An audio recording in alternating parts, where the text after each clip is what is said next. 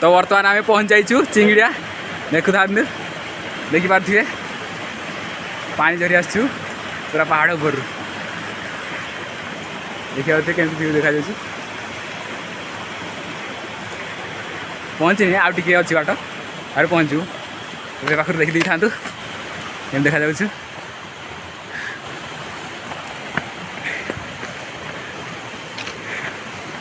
आ कि समय पर पहुँचू आम तो किसी पड़े गले आम 2 जन रही जाइए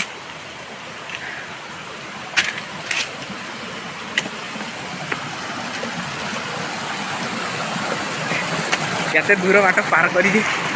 नदी नाल झरणा पार हो सारापर आसिक पहुँचू